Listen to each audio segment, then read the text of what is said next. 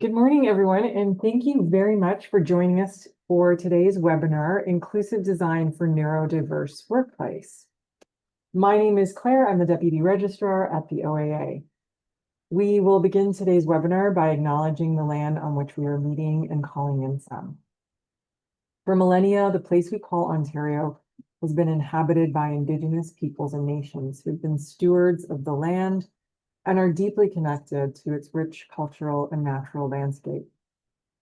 We would like to invite you in a moment of reflection to acknowledge our shared responsibility to address past and present injustices and provide space for Indigenous knowledge and worldviews to shape the architectural landscape of Turtle Island. Before we begin the webinar, I would just like to share some important information to have an effective and professional webinar. Do know that the webinar is being recorded for quality and educational purposes. To maintain a stable internet connection, we have muted all participant microphones and disabled video feeds, but we do highly encourage you to participate through the Q&A window. So at any point during the webinar, please do submit any questions that you have for our speakers. You can see the Q&A button at the bottom of your screen. Those questions will be addressed in the designated Q&A period at the end of the presentation. And just note that the chat function is deactivated. So all of your communication should go through that Q&A. For those of you who are seeking continuing education learning hours, your attendance is crucial and you will need to have at least 80% of your attendance to be accredited those hours to a transcript. Please allow for a few weeks, or mostly about a week, to upload those hours.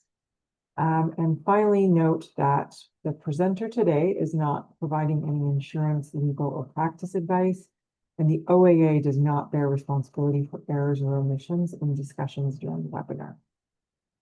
We have automated closed captioning services for those of you who are speaking multiple languages. And finally, I am excited to introduce to you today's speakers. Please welcome Katigbak and Kirima Eisler. Thank you, Claire, for the introduction. Should we share I think our screen's already shared. And maybe I'll kick us off. So thank you, everyone, for joining us this morning and having us to talk to you about some of the research that we've been conducting, specifically on neurodiverse workplaces. Just by way of introduction, my name is Katigbak. I'm the strategy director here at Gensler in our Toronto office and one of the partners. And my team is responsible for sort of all of the pre-design efforts around architectural, design spaces, that sort of thing. So we're really there to help define what the objective of the project is, and including all of sort of the accommodations for spaces, which is why we're talking about inclusive design. It falls firmly into sort of our remit. I'll pass it on to my colleague Kirima to introduce herself before we get started on the talk. Great. Hi, I'm Kirima Eisler. I'm a strategist in the Gensler office in Toronto, and I've been specializing the past few years now in inclusive design and accessibility, and that's been expanding as we've been working. Great, that's it. So our conversation today is going to talk a little bit about how the ideas around inclusive design can be adopted in the workplace. I just want to put that out there.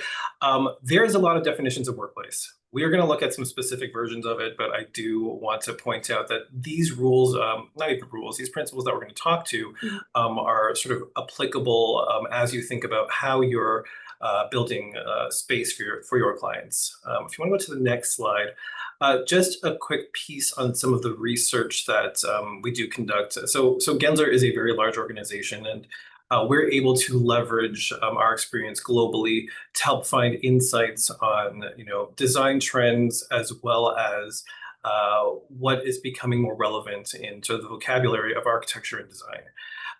Beyond having the access to our research through actual projects that we develop, we do have something called the Research Institute. It keeps us innovative, it keeps us relevant. It's a collection of both internal and external to Gensler anyways, professionals, PhDs, partner organizations that help us develop research that we can apply to the built environment. And it's not just the built environment, it could be about technology, it could be about change, but it really all deals with how space can be impacted to be a better fit, a better use. Kiri, do you want to talk a little bit, touch on some of the research that you're going to walk us through? Yeah, for sure. So to Kevin's point about the Research Institute really helping us, drive forward with design research, the Institute gives everyone an opportunity at Gensler to participate in research and apply for a research grant to dive deeper into something that they're passionate about. Now, I'm really passionate about inclusive design, and I've been working with Kevin for quite a few years in that area, and I wanted to learn more about designing for neurodiversity specifically. So through the Research Institute, me and my colleague, Megan Beaver, who's located in Seattle, were able to do that for 2 years. And our white paper is not out yet, but it will be published later this summer. And much of what we're sharing today comes from that research, as well as our work more broadly in inclusive design in our project work. So just to that end, if you have any questions about what you hear today, feel free to reach out. Our contacts are at the end of the deck. And of course, check out the website. The Research Institute has a website, and there's all of our research that's currently published can all be found there. So I'll talk a little bit about what we want to cover today and maybe some rules of engagement. So overall objectives, recognition that strategies to design for neurodiversity should be a part of a broader inclusive design strategy. It's rare that we would look at neurodiversity as a singular adaptation to space. I think it needs to be thought of and considered in an ecosystem of tools for inclusion. Our second objective is awareness of how our sensory experience shapes our comfort and preferences. So we'll go through a few case stories that might actually sound repetitive, but really the purpose of it is to provide a vocabulary to understand how space can impact you personally and how that might be interpreted from your individual experiences. And we want to equip with a framework to begin to design for neurodiversity in your own work. So there's going to be a lot of various concepts that we'll be covering, and they're just a great framework to think about as you design. None of them are hard and fast rules, and I think as we go through this, you start to recognize that some of them, impede across other ones, but that's what sort of makes this sort of space exciting. There's a lot of interpretation. There's a lot of ways to create really individual experiences for the end users. In terms of agenda here, we're going to do a quick introduction to the idea of inclusive design and where we are now. So how has it evolved, and what does it look like today? Kiri's going to walk us through the research and the implications, and then we're going to go through just a quick couple of images, case stories to talk through how inclusion was considered and maybe how some of the neurodiverse aspects are starting to reveal themselves in spatial design. One more thing, there will be a couple polls, so we'll flag out and we'll flag when those will come up. And I think the first one is actually coming up right now. So before we begin, we do have a quick poll to give us context on the audience. So the question here is, what percentage of your clients have communicated the importance of inclusive design in their project or projects?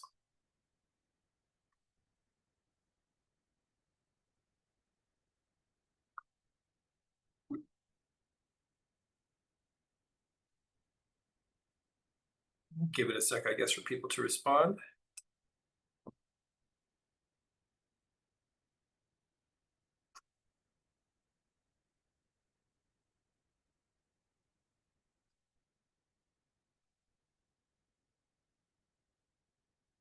And then I guess, are we able to share the feedback? So it looks like the majority, 0 to 20%, have basically not communicated. Oh, sorry, 0 to 20% have communicated. So it's a little bit low.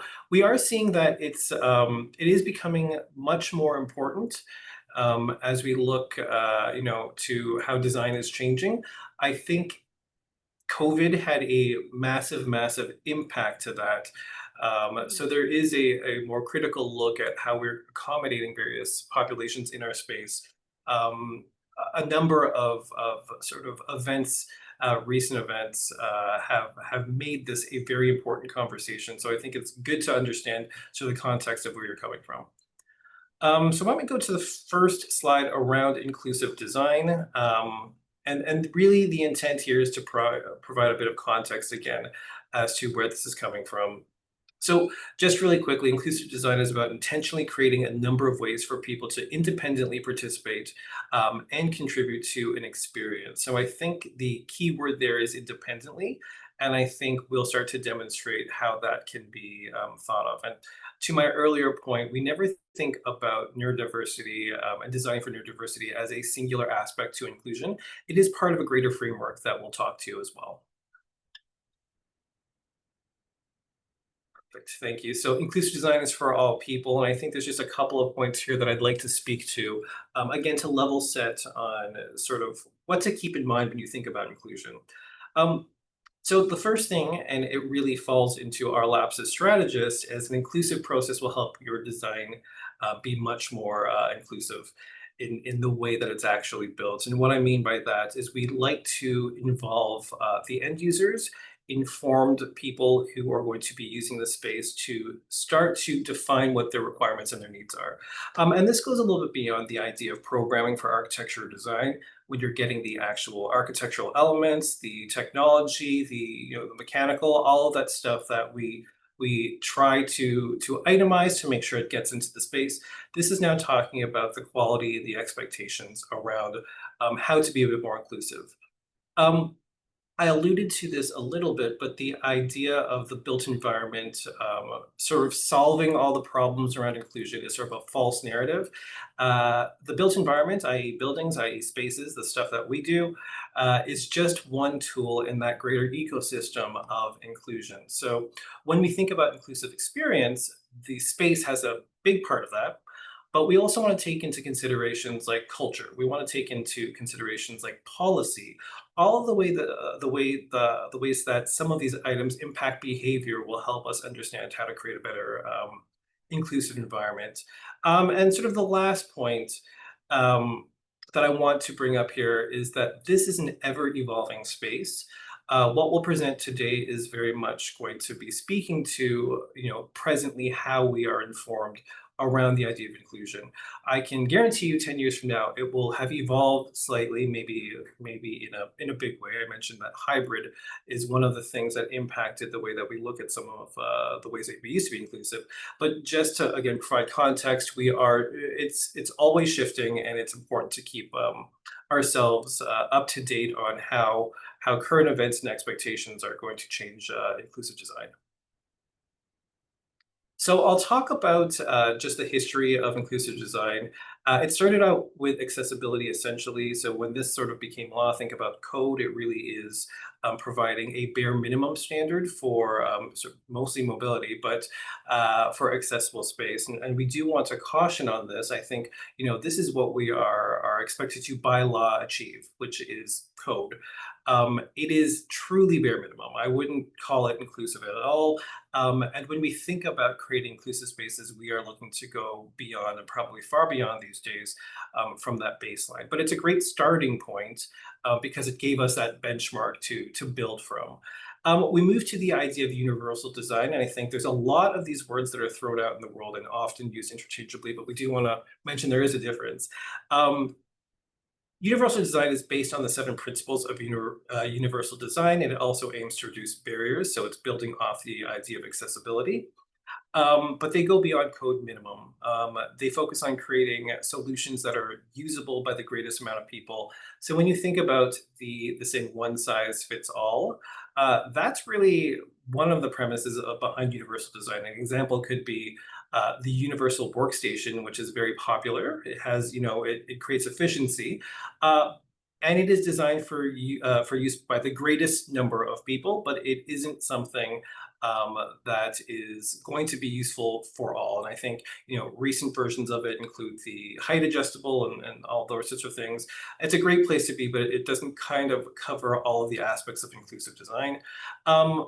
And so it gets us to inclusive design.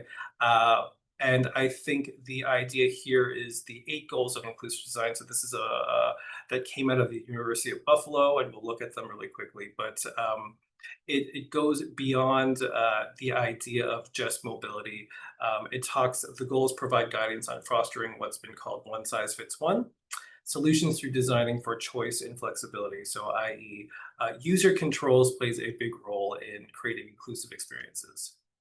And it kind of brings us and introduces where we are today. So from body-centric, just looking at how the body is impacted by space, to thinking about human-centric, which now starts to take into account things like mind, body, brain diversity.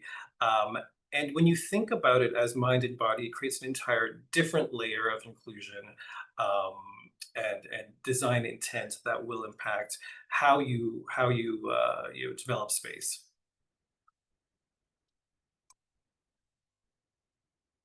So these are the 8 goals of inclusive design. I think they're they're pretty straightforward in terms of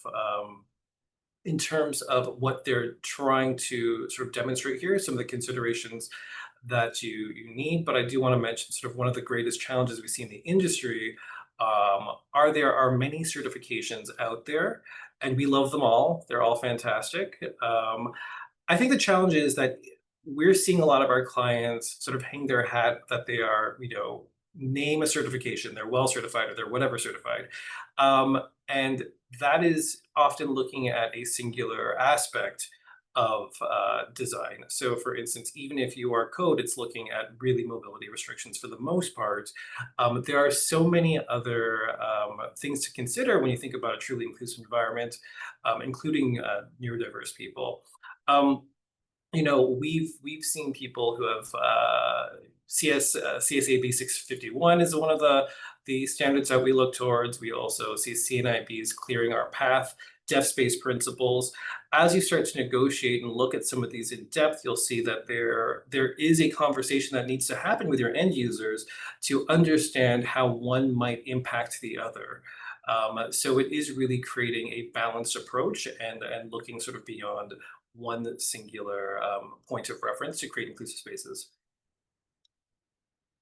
I'm just looking at time. I am going a little bit long, but so I'll go through this sort of really quickly on the next piece. So the 7 lenses of a needs-based approach. I won't read all of these, but essentially it's just thinking about the considerations that you might look at when you're designing space, when you're building space, that sort of thing. So to my earlier point, it is a bit of a conversation and negotiation and a dialogue with your end users to determine what is applicable. So I do want to mention here, though, that this is why engaging with the end user and making sure there's a representative population who is going to inform the design is so critical. If we were to give you a program to design with very little instruction on the end users in terms of their abilities and their expectations, it might look very similar. But if you had a population who was, very specific in their needs, you would start to take that program and manipulate it to make sure that the end users would be able to actually participate and use the space effectively. So, Kiri, I'll pass it on to you for the next section. Great. Thanks. So we have another poll that will just pop up on the screen before heading into the next section.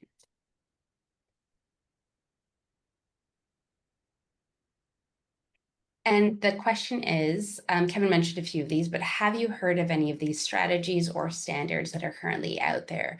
There's the Idea Center's 8 Goals of Inclusive Design. There's a CSA B651 version 23, Accessible Design for the Built Environment. Of course, the AODA's Design of Public Spaces Standards.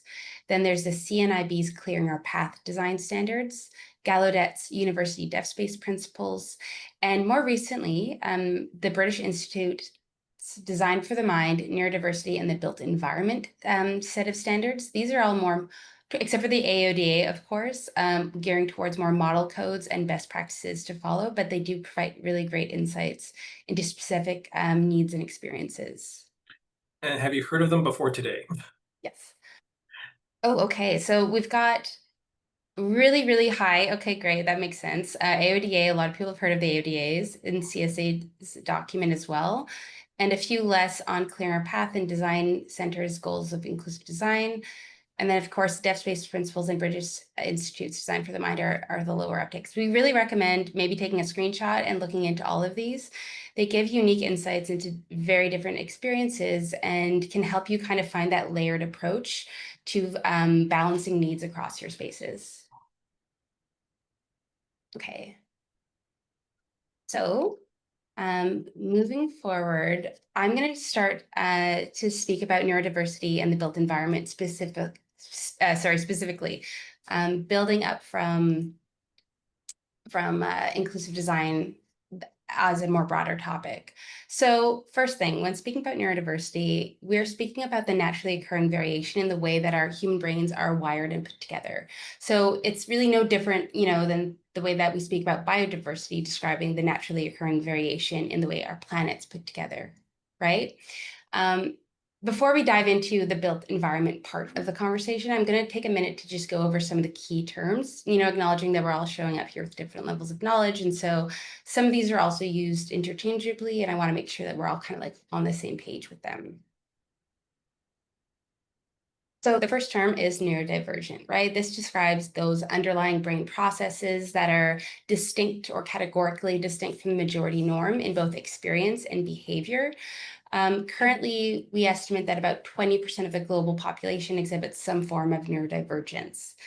Neurotypical refers to the majority neurotype, which is why it's typical, that might otherwise be labeled as typically developing or typical. And about 80% of the global population would align with this label.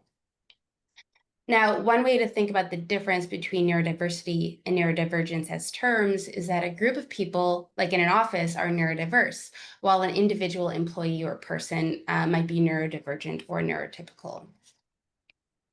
All right, and getting just a little bit more granular, there is now the term neurotype. Now, this refers to the category distinctions that separate or define different neurodivergent and neurotypical people's experiences. Now, these boundaries, they're socially constructed, right? They're going to shift over time. And of course, the members of any one category are not homogeneous. Everyone's different. It is a really important reminder that people are complex, right? So the needs associated with any one neurotype can't be whittled down to a checklist. And as you can see, they cover a really broad range of neurotypes, conditions, syndromes, and disorders. There's dyslexia, ADHD, acquired brain injury, dyspraxia, Tourette syndrome, and many, many more. These are just some of the common ones. And they represent both developmental and acquired neurotypes. What we don't have up here, but would be included, are neurodegenerative conditions like Alzheimer's or Parkinson's. So they're all different neurotypes, right? And the term neuroblend describes an intersectionality of neurotypes where a person may experience a blend or a layering of experiences. Again, we're all very complex, right? All right, so what does this all mean for the built environment in the workplace? Through synthesis of our research, in the literature review, we did develop a kind of loose framework for categorizing workplace experiences through different types of processing that occur in the brain. This basically allowed us to understand or question the purpose or the why behind some of those design strategies for neurodivergence that we're seeing in the industry. And it also allowed us to think more in terms of cognitive variations going beyond specific conditions of neurodivergence like ADHD or autism. So, part of the reason we wanted to think beyond diagnosis was to really think in terms of diversity instead and not be kind of like bottled into any one focus. Finding some shared and underlying experiences across the board of both neurodivergent and neurotypical experiences. So with that in mind, when we think about individual variations and how they play out in the context of the built environment, we know that those who are neurodivergent perceive, process, and organize stimuli within the built environment differently than those who are neurotypical. And specifically, what we're seeing is that there's often these three types that we have up on the screen: sensory, information, and emotional processing. Now, sensory processing basically determines whether we perceive something as over or understimulating. It determines our perception of information that's coming through us through our senses, so the embodiment of the stimulation. And this in turn can then impact how physically comfortable we feel in that space. Next up is information processing. So this basically enables us to decode the context in the environment that helps us make decisions, like those quick 2-second decisions that you make to just make your day easier, that it helps us decide without thinking what to do, what to pay attention to versus what to filter out. And this can determine basically how much we're able to hold in our working memory. And it can also help us to organize and plan the sequential steps of a process or plan. And finally, there's emotion processing. This is also called social information processing. And it helps us to make sense of interpersonal interactions. It helps us to read the emotions and behaviors of others, but then also ourselves, be aware of our internal cues and regulate our own emotions. And it really does shape the type of communication that works best for us. So that was a lot of information, but essentially, this is helpful to designers, architects, and strategists because it can help us focus our efforts at supporting how these different kinds of processing interact with the built environment.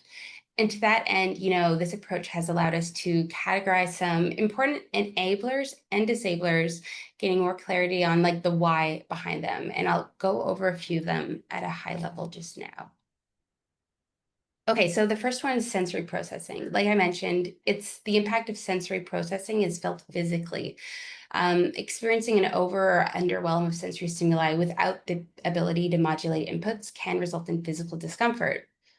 Now, in speaking to the workplace environment, there are a few ways that we can support sensory processing, and they're through choice. Providing choice is a really big one. It's a pillar of inclusive design, and it's no different here, where somebody has the agency to self-regulate when their senses are overstimulated or overwhelmed, or they're just not very comfortable. Same goes for adjustability. That's another level of choice where, ergonomic furniture, table settings, lighting, acoustics, those sorts of things, you can adjust to your comfort. Then there's functional alignment. This is, aligning the space to the task at hand, and then also providing opportunities for movement, to get up, to do a lap around the office, get some water. Now, in contrast, inconsistency in sensory experiences can be unsettling for someone. For example, if you usually go to an office space that's naturally lit with fresh air, but you walk in and it's dark and stuffy, something's off with the HVAC, whatever, it can be physically disorienting. Same, similarly, not providing a means for a person to switch their environment, to escape, to find a new space that better suits their comfort level at the time can also cause a person to shut down if it's too much. All right, so with information processing, the impact is felt cognitively. Neurodivergence is often expressed as challenges with executive functioning, and this can include working memory, attention, how the brain organizes information. Through design, we can support information processing through designing for clarity. So, supporting a person's awareness and understanding of how to use things in spaces, that IT or tech in a room. It's great if it's intuitive, but you want it to be also easily perceived, how to use it, how to operate, as well as, things like signage and wayfinding to support navigation and awareness of how to get from one space to another space. And that in, providing structure and predictability is also really important. So think activity-based zoning strategies with cues indicating how a space is intended to be used rather than leaving it all up into the air where people have to kind of guess as they get. In contrast, some disabling things could be things like abstract signage. It could be interpreted as whimsical or fun, but in reality could force you to reference something held in your memory. And this can be challenging for brains that are wired to think literally. And then, of course, there's visual clutter, including a lot of information fighting for attention, like you might see in an airport setting, can also be disabling. And lastly, it's emotion processing, and this is felt socially. So, social cues can be difficult to decode, and some people might face stigmatized assumptions about how they relate to others. Culture, going back to that triple Venn diagram, culture, norms, policies, all of these have a really big part to play in emotion processing, but there are a few things we can do with the built environment to support it. Designing spaces to evoke empathy in coworkers, like quiet spaces where everyone understands what the rules are and they go into that space respecting those rules and the need of the people in that room. We also see attention, being paid to spaces that support multiple modes of communication. For example, spaces that support both analog and digital collaboration is great. People can participate in the way that makes sense for them and how their brains and creativity are wired. And then, of course, control. It's part of that choice too, right? So design that offers choice in how a person might engage with that space while others are using it, especially in these kinds of social gathering spaces. There's a photo up here of a workplace cafe, and you can see there's this sort of carved out protected space on the perimeter of the social area, and this allows, people to survey their surroundings and participate or not in whatever's going on in the open floor. This kind of strategy is often referred to as being alone together, and it can be a really powerful enabler for social interaction for those who might prefer to have a bit more control of their level of engagement with others. Now, each of these 3 points is enabling because it recognizes our behaviors, and the way we interact with others is simply an outward response to the wiring of our brains. And part of creating a space that's empathetic is designed for people to occupy these spaces in similar ways.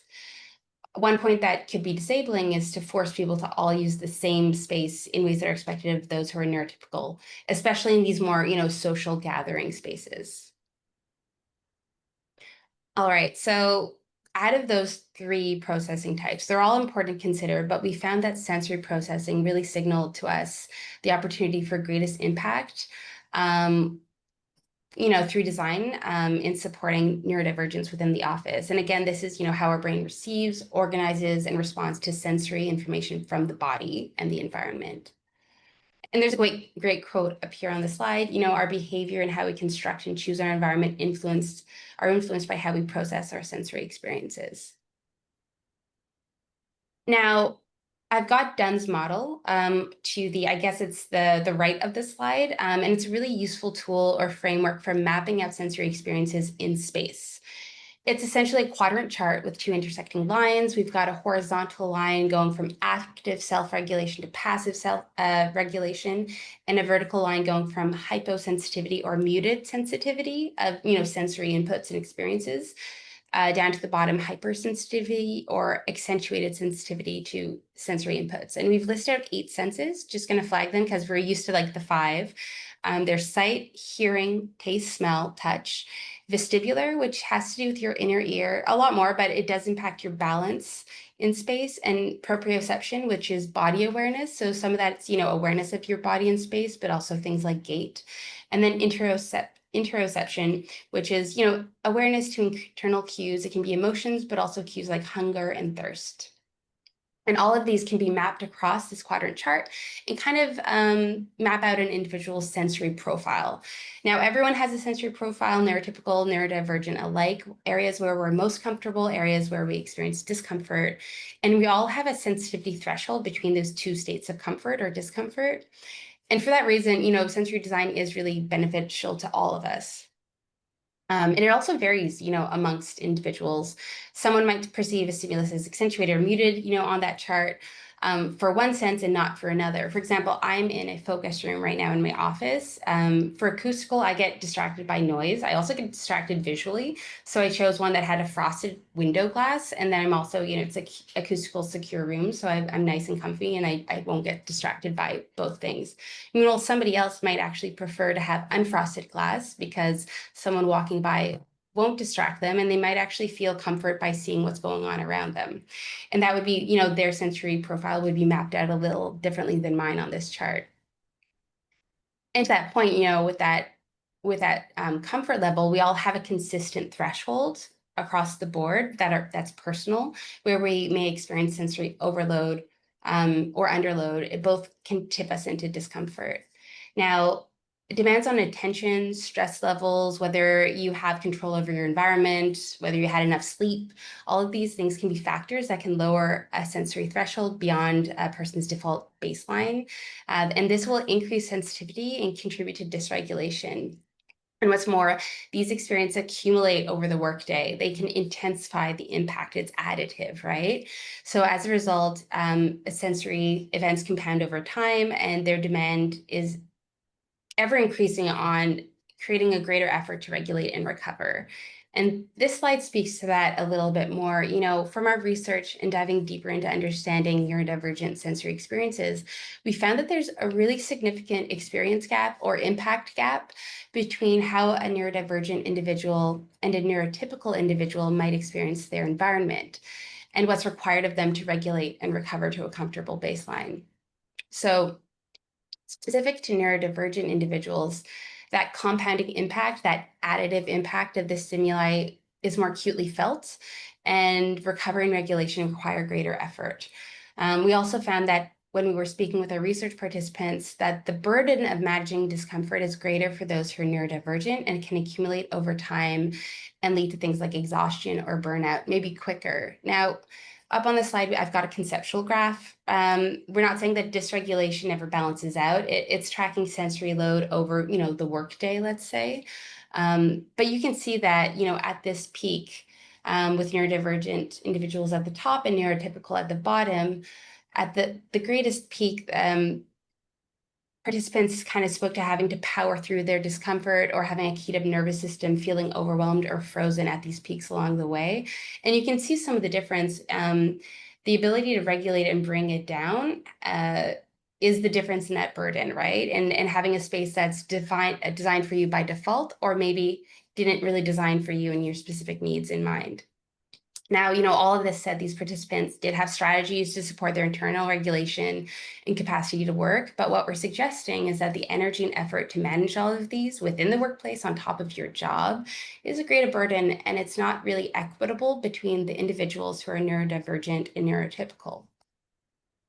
And that's, really driving this need for designing for a neurodiverse workplace.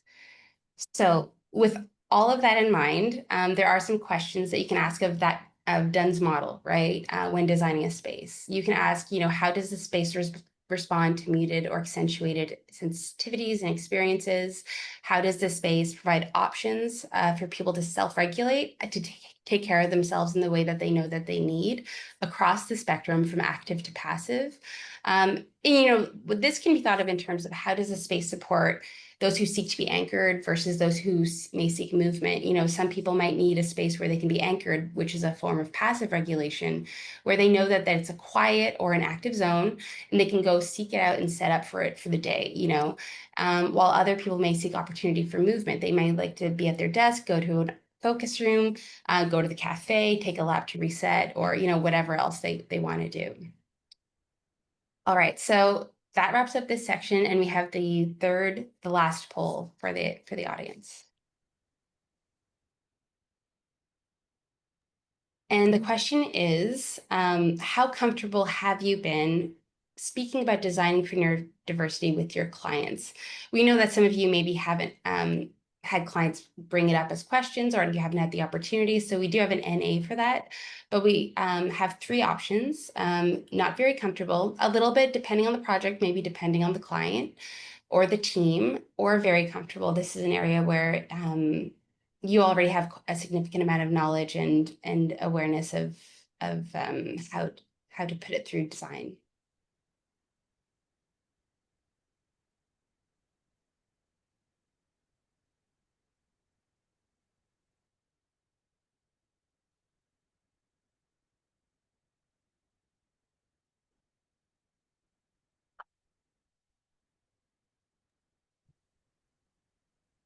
Nice. So we're seeing a pretty good distribution across the 4 options, with slightly less on very comfortable, and some on NA. I think that tracks with how many clients are asking for inclusive design on the projects.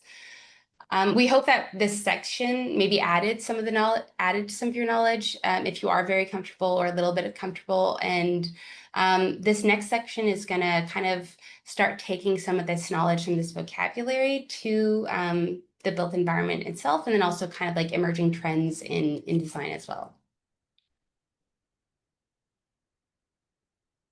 Okay, so go ahead, Kevin. Sorry.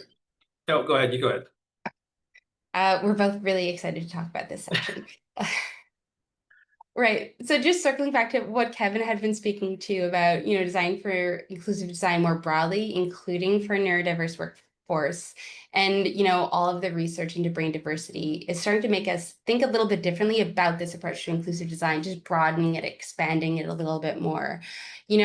Like I mentioned, or Kevin mentioned actually at the start, choice and variety are really key pillars of inclusive design. So a central question of our research was, what are the most impactful choices that we should be providing for those who are neurodivergent? Choices that would be enabling to how we process information in the built environment, choices that would meaningfully address individual experiences and individual sensory profiles, while also all keeping the big picture in mind with an aim to design for all people across those 7 lenses, those categories and beyond. And here we go. On a high level, there are 4 key takeaways from our research, which include layered sensory design, providing dynamic spaces that can adapt, providing meaningful choices, and listening to the edges as well. And I'll go through each of these. And Kevin, feel free to jump in, of course. Okay, so this first one, sensory design. Designing for sensory experiences is not a new phenomenon, but the focus on understanding how it can compound to impact a neurodivergent person's experience is gaining attention and a bit more detail in the design industry. So as a whole, sensory design aims to pay special attention to sensory processing in a way that considers the user journey holistically throughout the day. And, much like, inclusive design can't be whittled down to a checklist, any isolated design intervention that addresses one need, one sensory need, let's say, while ignoring another kind of misses the point. And we've mapped it out on a high level. There's 4 key kind of considerations that really work together to develop an ecosystem of environments where the design solutions are layered and the individual has some choice and agency in how they move through it. So on a high level, it's really important to think about creating distinct sensory zones, where zones are arranged by sensory levels, think high to low, low to high, and the intended activities or functions across those zones. So, adjacencies and sequencing of those zones is also very important.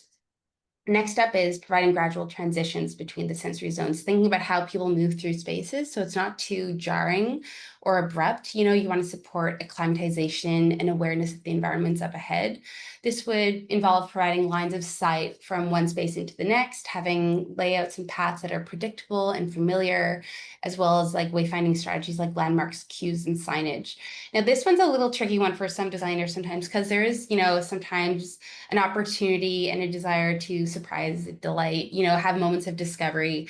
And we would really, those things aren't wrong to do, but a slight reframing would be, an invitation for curiosity, an invitation for discovery, and the option to just opt out. And we'll kind of speak to that a little bit later on as well.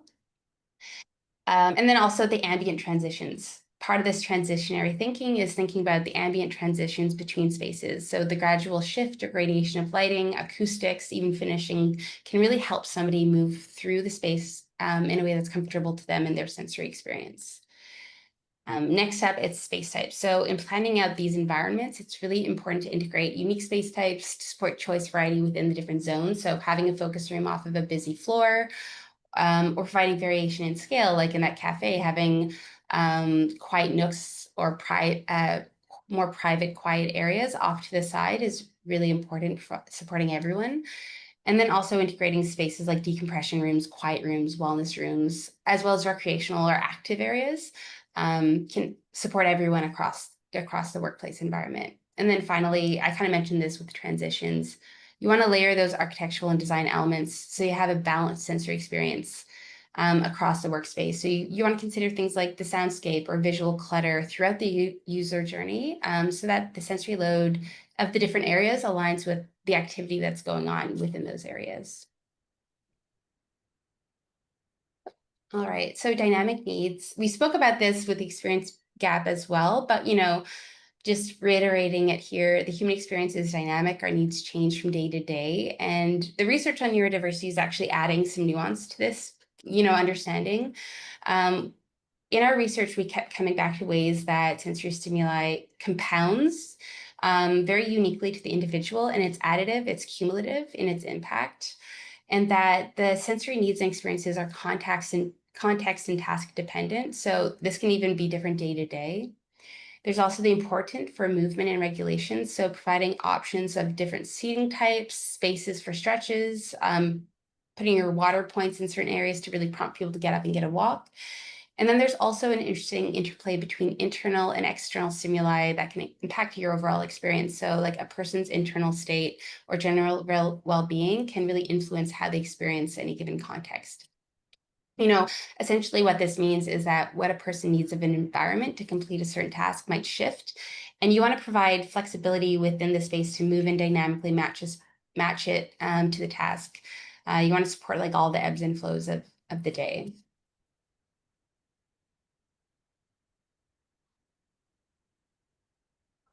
All right, so the third implication is providing meaningful choice.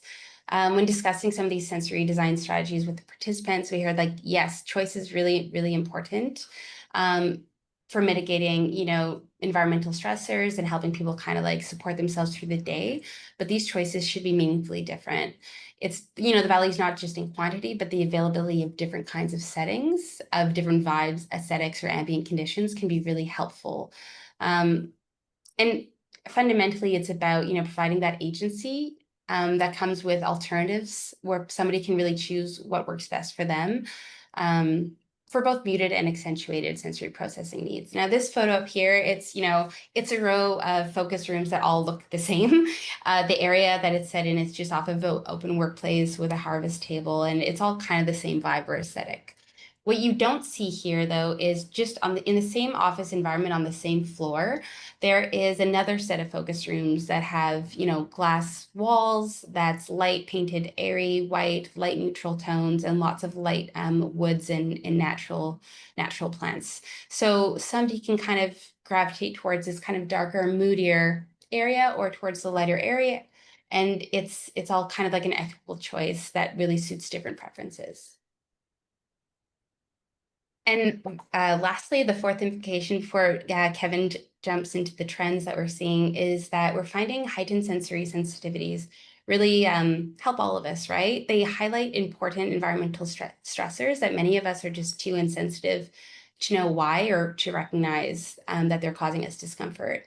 One of our research participants described it really well. They described their experience at work like being a canary in a coal mine where to quote them, they said, "I think sometimes we neurodivergent people are the first to notice things that aren't working, that are wrong in our environment, and that they have an impact on everyone." So, this person suggesting that maybe a majority of neurotypical people are just so practiced at ignoring or regulating these discomforts that they don't really pay them the attention that they deserve, but they still impact everyone's day.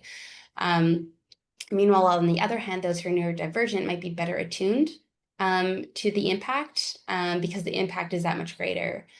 And then I guess one final note, also speaking to the new ways of working, hybrid working, we are seeing that the stress that fragmented attention causes to those who are neurodivergent, especially the area of constant digital inputs, all the notifications, the multiple screens, all of these things, they can really highlight, it's been really highlighting how unhealthy cognitive shifting can be for all of us. So providing those opportunities for different forms of communication, collaboration, and ways of working, tech heavy, tech light, can be helpful for all of us.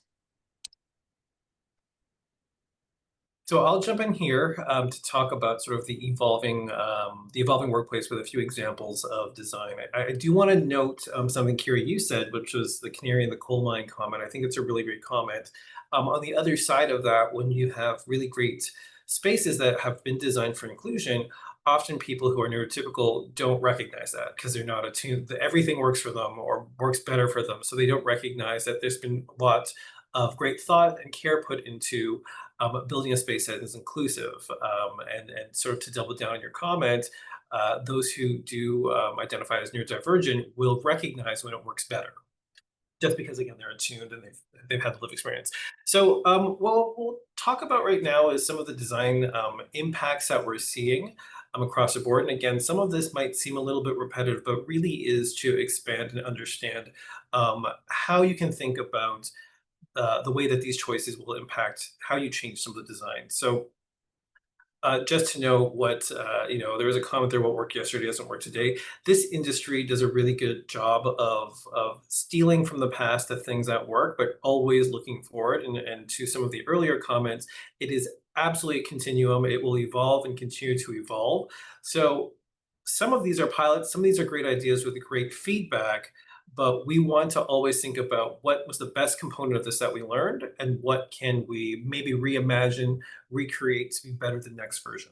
So we'll go into the first image here, and this is a project. It's a collaborative space that we're looking to, and I want to really talk about user control in this particular image here. So Again, it's a collaborative space. It's a high top, which a lot of people don't like. You do have a bit of user control in this in terms of choosing how you want to use that.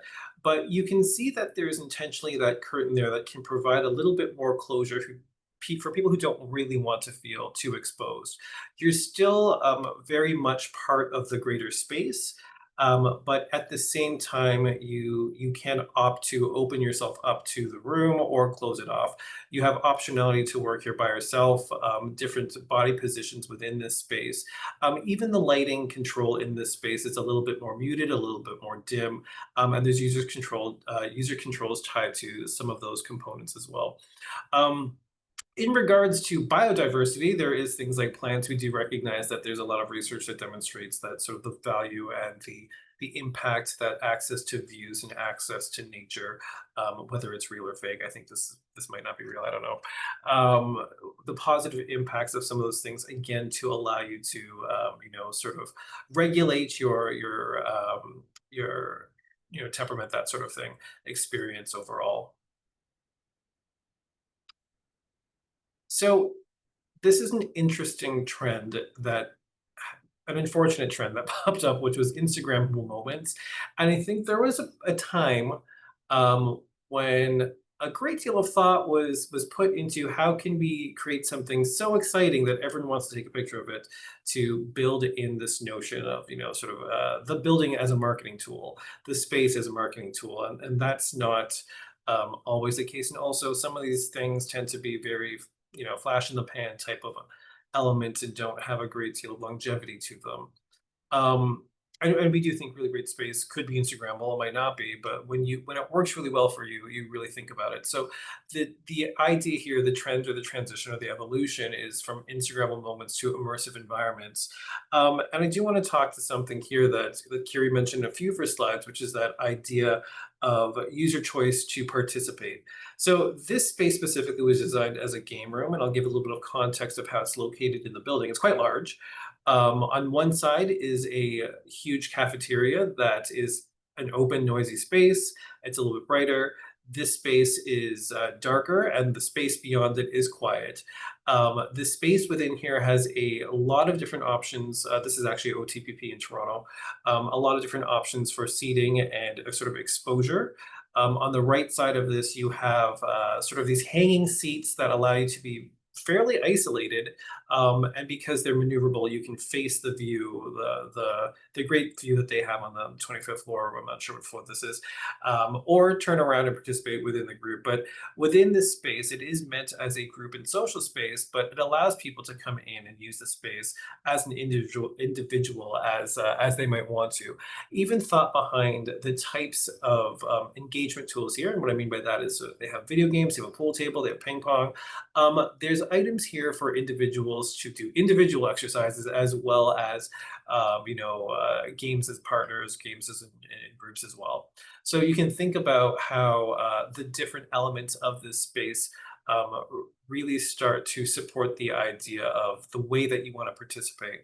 And I'll note that when we were building this space, there was significant engagement across the entire organization to understand how they what's their definition of wellness and what should that look like in the future. And I'll also note with this, they do have a commitment to reinvestigating with the population. Are the things in here still relevant? How can they adapt as the population changes, as a new generation enters the workforce, that sort of thing. So I'll talk a little bit about the idea of space selection in here, and I alluded to the idea of the one-size-fits-all workstation, and I think that was true for a lot of the social spaces. When we think about wellness, that is definitely not an average, a thing where you want to use the law of averages on. So the trend here is from average to everyone.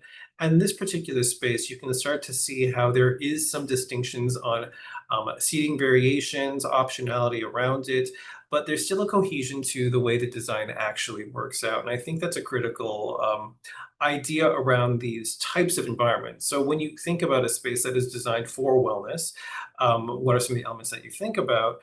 They don't need to be the same. They shouldn't be the same, but they should be sort of speaking a language of sort of calm and that sort of thing. But even within here, you can see you can choose to be by yourself. You can be, within a group. There's even little quieter areas to duck into within the space. You can see the wall on the right side that actually is a barrier to a different section, which is a little bit more quiet in regards to what the atmosphere might be. So variety for variety's sake, and I think the critical component here is on how you engage the end user. So again, like all of the images that we're showing within a relatively small area, you have a variety of space types. But the critical idea is, where did this information come from? I do think there's a propensity in the design world to, learn from what we just did and apply it sort of indiscriminately, even if it's, if you built an office for one organization and they're building another office in another location, let's use that model and build it in this new location. I think that's where we start to see the gap between end users and actual how the space responds to them. So in this particular space, you can see this quiet room that's looks like an office. It is in fact just a sort of a bit of a phone booth right beside a more working area. And for this particular population, it's because the nature of their job could demand for them to get up really quickly and tuck into one of those spaces and not have time to look around for an option. They don't have that sort of flexibility within their rules. So it's just critical to think about how the end user might use the space and design towards that. Knowing that you might need to adapt it later on in the future, but it is really, it is sort of the design for the individual and the end user rather than a more holistic individual approach, group approach. And I'll just jump in. The slide previously that I had the dark, moody, dark green focus rooms up, this is the other one. This is the same workplace, the same work floor, it's just in a different zone. So you can see that there's quite a bit difference between the two while they're kind of the same amenities, but they do provide a meaningfully different sensory experience. I'm going to go to the last one. So this is a big one. So I think I'd like to talk about, so again, like all the pictures, lots of variety. You can see you can tuck into a room, you can be in the open, there's technology integrated. But the notion of presence to participation, presence is something that has been put on a pedestal since hybrid started, essentially. We're not looking at productivity necessarily. We're not looking at happiness or experience overall. Many of my clients want to know what the utilization rate looks like. So how can we transition our thought process from people actually using the space or showing up versus actually using the space? And there's a big, one of the tools that I like to talk about outside of just the built environment is the whole notion of change and etiquette. And this becomes the idea of workplace norms. So you have all this optionality, you have the way that you've zoned the space from quiet to noisy to bright to dark. Are people aware that these were done with intention? Once people do have awareness of that, they start behaving a little bit differently and allowing others to participate in the way that they want. One example is it wasn't the images that Kira just showed with the dark and the light version, but there was conversations about how this space is too dark. Without that person thinking that maybe the space wasn't designed specifically for me. Maybe there's another space in this office or on this floor that is going to be much more comfortable to me. So there's a great component here around change management on how to engage with the space. Not everything is going to be 100% intuitive, but it's good to level set on expectations around to ensure that people are actually participating versus just showing up to get their attendance checked. So I think we're about to wrap up, Kiri. I'm going to pass it to you on sort of the key takeaways. Great, thanks, Kevin. All right, so there's a lot of information in the slides today. By no means exhaustive. We've got some considerations here for designing for a neurodiverse workplace. The first one is to develop an integrated inclusive design strategy for all people. Thinking about those 8 goals of inclusive design is a great framework to look at space through. And then thinking about those 7 lenses, needs-based lenses, is a great kind of like lens to flip in and out of those frames to look at who the space is being designed for and who's maybe excluded, so you can recalibrate as needed. The next is to align space with the function to consider, those enabling strategies that support variation in sensory, information, and emotional processing, where it's appropriate with what's intended for the space within the workplace. And then there's also considering the user journey holistically throughout the day. This is so important to, think about the ways in which sensory experiences are layered, they're dynamic, and they're additive. You can have a really, really great decompression quiet room, but if somebody has to kind of like walk through a gauntlet to get there, or what feels like a gauntlet, it's going to like make them peak and make regulation that much more difficult. And then finally, to the last few slides, providing meaningful choice and variety that really responds to both accentuated and muted sensory experiences and different modes of regulation and preferences for ambience is also really impactful. And to Kevin's point at the start, this is an emerging area of research. Not that much research has been done until recently on neurodiversity within the workplace specifically. So it's really important to keep asking questions, keep learning, and I guess stay curious on it. All right, and we've got our contact details up here on the screen. If you have any questions, feel free to reach out to either one of us. I've also got the Research Institute's website here. Check it out for a lot of great research that's been published. And then my white paper will be coming out later this summer. Great, thank you. Thank you both. We now have some time for Q&A. So I'm just going to encourage everybody again, remind everybody to use the Q&A button at the bottom of your Zoom screen to enter in questions. I know Ashley has a question too, just while we wait for more questions to come in.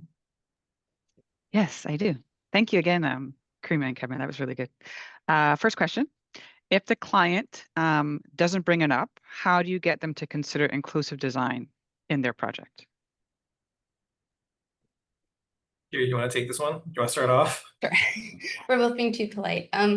Yeah, so it's an interesting question because there's a lot of reasons why somebody might not bring it up. First off, I would like to, we tend to work with perhaps they're not aware of the options available to them. So there's ways, depending on what your project is, to bring it up in conversation earlier on. If you're doing a strategy project, integrate it into the visioning session, trying to identify what their values are. Maybe I like to myself do a bit of a deep dive, pull up their ESG goals off their website, and then ask them how they're meeting those within their built environment. What are their social goals and values that they're stating? And then you can work with them to kind of flesh that out and identify how they can bring those values into the workplace. I think I'll just add to that. I think that is absolutely the right thing to do. The question I will ask, 100% of the people we work with will have a statement on ESG on their website. And my question is, it's a pretty honest question, is like, can you give me some examples of how this shows up in your workplace? If you're talking about things like inclusion, even if you're talking about things like sustainability and environment, could you give me some examples of where we can visibly see the impacts of these statements in the experience of your end users? And while I said 100% will have that statement, about 90% will not have an example. And that's a great jumping off point, because no one will say no to the idea of inclusion. No one will say no to allowing people to participate more. And then to Kiri's point, it really is about, what does that actually mean? What level of inclusion are we talking about here, and where can we provide the biggest impact? Yeah, and part of it too, it's difficult because you know what the right thing to do is, but then there are constraints like project and site constraints and things like that. It's really important to remember that you don't have to do it all at once. It's not all or nothing. There's ways that you can kind of start to identify or work towards identifying the goals. Maybe what are low-hanging fruit, what's feasible with low budget, higher budget, and you can pace it out. If they are invested, you can help them build an action plan over time so that they can start building in inclusive processes into their design processes to speak to everybody within their workplace. They can kind of say, this is what we can do now, but this is our aspirational goal, and we'll revisit it in 2, 3, 5 years, and try to help set them up for that as well. You can't control their follow-up, but it can be really impactful to at least get that conversation started, and then they can look into it on their own time as well. So interesting. Yeah, we have a really good question, actually, sort of similar along the lines of like building a business case for the clients to make the changes. So the question asks, one of the attendees today is asking you to possibly elaborate on some of the research that led to your recommendations. Specifically, are there any particular neurotypes that were consulted, or were any existing workplaces reviewed?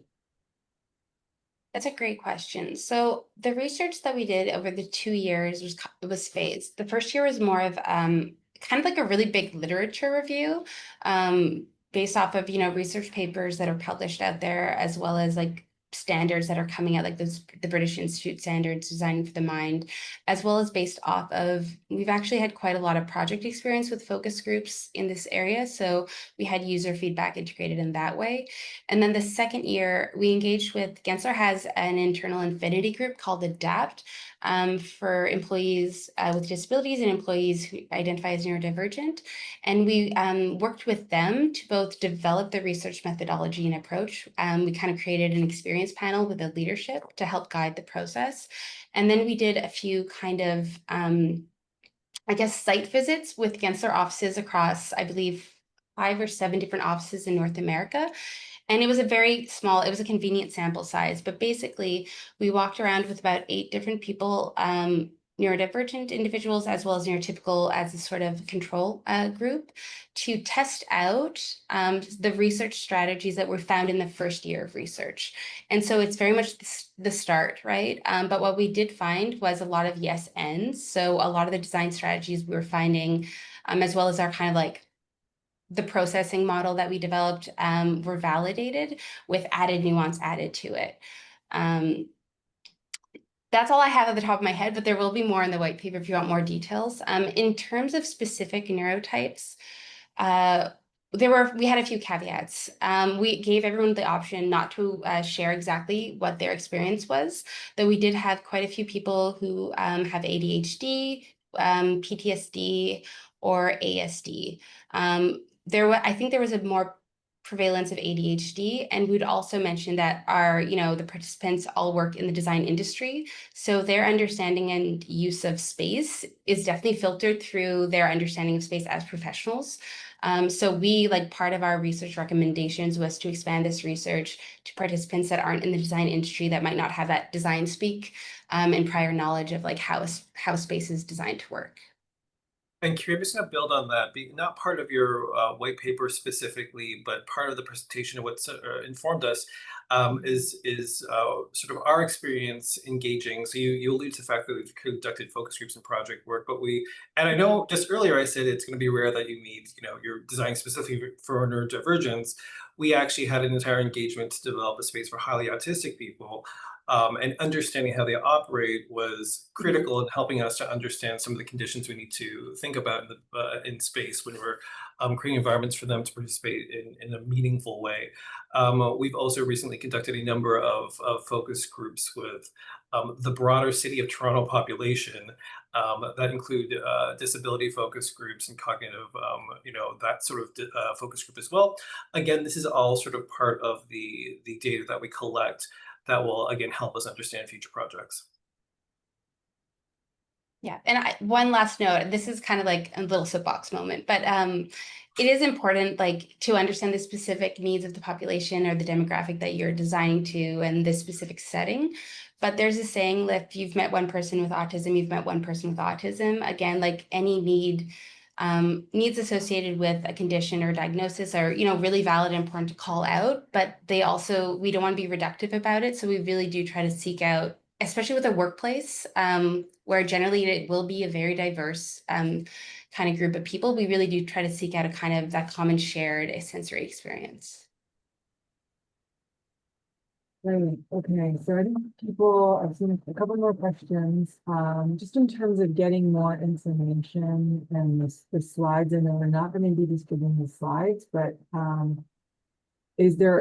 see there's this, the link to the white paper here, so people can click on that as well. Is there any other places they can go to get this information?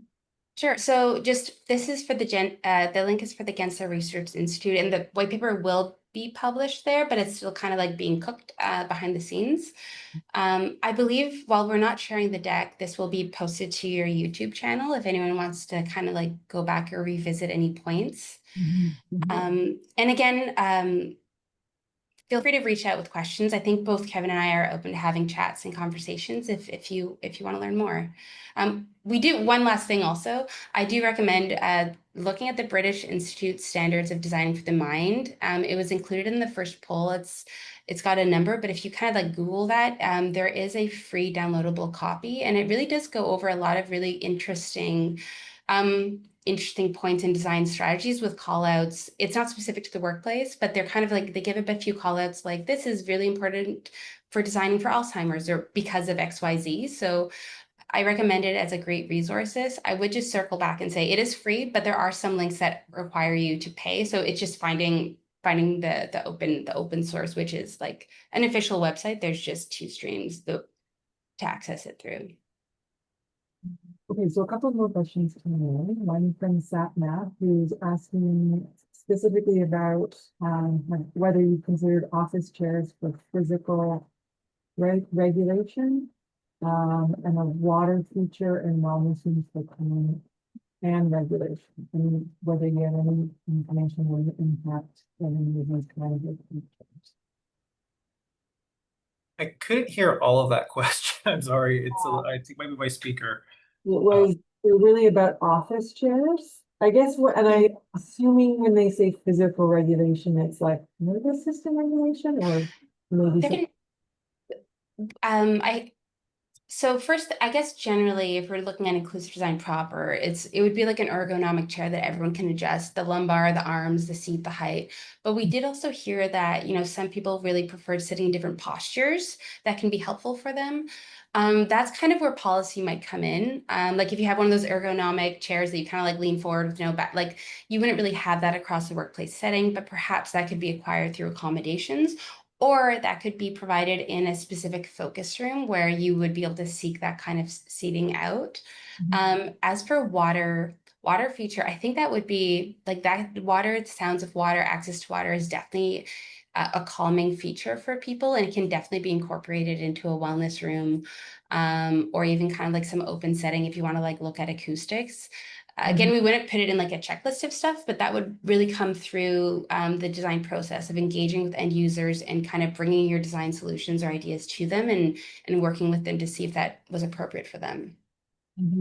Yeah, it's just that physical. Well, I think you mentioned in the presentation about the space for physical movement. And I think regardless of whether you're neurotypical or neurodiverse, we're all kind of struggling with that sitting, the sitting 8-hour culture, right? So it almost requires this cultural shift that we're all going to benefit from if we can move around a little bit more in the day. Exactly. And I would even say when designing for the movement too, we have a focus on, we've had a focus of stairs, like central staircases are great, but they're not accessible either. So you do want to provide options for different levels of movement and opportunities for movement that don't necessarily require full mobility, right? Stretching is a great one, or having a space to lay back and things like that. Yeah. Okay, so another question came in from Tweak, who wants to know if there's any research being done for people who are bipolar. I think that seems like a mood disorder. I think that's a good question. I know that research has been done. I don't know if it's specific to workplace. I know a lot of the research and the lit reviews that we were the literature that we were finding in our review had to do with specific populations, educational settings, clinical settings, residential settings. For bipolar, just that would be, I think, more specific. I didn't come across anything specific. It may be out there, and it may be more on the clinical side of things where a person's practitioner or support system would have access to those tools. And that also might be a bit more of the interpersonal, cultural team norms and expectations aspect. Communication is a really big thing across the board. Understanding and awareness as well to provoke empathy and understanding within a team is important. just generally across the board, a lot of the research that we came across for neurodiversity and neurodivergent experiences within the workplace, we're focusing on hiring practices as well as communication training for managers and things like that, so that we're building awareness amongst people. That's where I would expect to see more of the research now, but like I would love to see it for the built environment too. So if anyone on the call has access to that, please share. Yeah. Yeah, but as you said earlier, a lot of there's every situation is going to be different, right? Yes, exactly. I, I'm not an architect, I'm a lawyer, but in the world of accommodations, every accommodation is going to be tailored to the individual. So I think that's Mhm. an idea probably very similar, that each workplace and each person in that workplace is going to have a different set of needs, and there's that kind of dignity and respect to each individual that needs to be given, that nobody is going to look quite the same, or nobody's going to react to the same set of circumstances. But Exactly. such an interesting conversation and an important conversation to kind of break out of our ways of thinking of Mhm. where even the workplace exists now and where it could go. It's very exciting to think about how we can really expand our model that needs to go into a workplace, and as you said, shift from just being present to participating fully. I'm not seeing any more questions in. I have another question. Oh, great. Okay, go ahead. Yeah. Thanks. How can you create inclusive spaces for places that have a heritage designation? Maybe I'll start. Okay. And then Kiri, you can jump in. Heritage it's a tricky space. It's tricky for design, full stop. But I think these restrictions don't just happen in heritage, they happen with all of our clients. They're going to have restrictions in budgets. There's times where we have to work with an existing building with like really low ceilings, and we'd love to blow out the ceiling, but we can't. So I think when we approach some of these projects, it's really understanding how the restrictions could impact what the inclusive strategy looks like. And this is something Curious does all the time, and to meet the client where they are, which is really about not trying to push them unnecessarily into places that they can go, but there's always going to be alternatives. So you might not be able to meet the best of the best, but maybe you can do better than you are today. And I think that's really what we're looking for in many of these cases. Like it is, we mentioned that code is kind of law, everything above that is fantastic. So there's going to be a spectrum of ways that you can address issues around your diversity, around mobility, around sort of creating these inclusive spaces. And I think, again, this is why it's really tough to make a checklist, because the best practice is truly not applicable to a lot of these spaces. So what's the next best way to do it? And with heritage buildings, they can often be incredibly unique. So the next best thing is going to be a completely bespoke approach to how you might achieve some of these things that might be easy if you're building from scratch. Yeah, and I think I would just add on to that. When you're looking at a space with restrictions and constraints like that, you want to really aim for an equitable experience. So even if you've got services on the second floor and it's a Victorian, you can't change anything, make sure there's access to those services on the ground floor that is accessible. And we're talking about mobility, but this applies to all of the experiences. And even sometimes people might prefer that option too across the board. There's a great example of, I forget which university or college in the state, but it was a heritage designated building. They have front steps to this like really beautiful historic entry, and they couldn't touch those steps, so they had to use the side entrance. And we all know, like, directing people through a side entrance doesn't necessarily feel good. It feels like it's leaning towards segregation, and they didn't want to do that. So they completely repaved, re-landscaped that side entrance. And so it ended up being a really nice entry point that people actually preferred over the historic entry, those like big mahogany doors. And everyone just started using this alternative entrance that became the main entrance. It was a lot of care and attention was put into it, and it became even better than what was before. So I think there's actually, with some of these constraints, you have opportunities to even go beyond what you're working with. And I guess, yeah, that's it for me.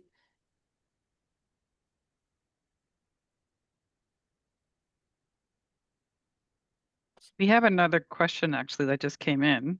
And one of our attendees is asking if you found clients to be more open-minded since the pandemic.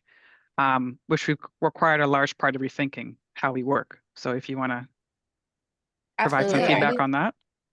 Yeah, Kevin, go ahead. Maybe I'll jump in. Like there was a whole lot of badness that was happening in the world during the pandemic. There was,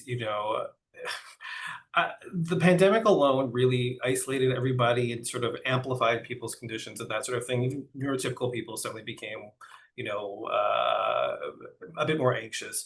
All the news that we kept on hearing, like there was a lot of conversations around, equity, George Floyd, all of these things really impacted how we perceive space and how we perceive engagement with the organizations that, are a big part of our lives. So absolutely, those are the things that started to make us take a deeper look at how we're actually responding to a population, a group of people who we're trying to attract from a talent perspective.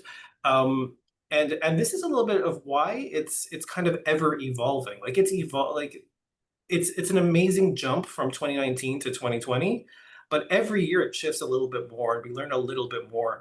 And it's such an exciting space right now because the more people you engage, the more the spaces change, your output changes. And I think from a design perspective and from my background is architecture as well, you really, really start to see how engaging the right people might really impact what the output looks like.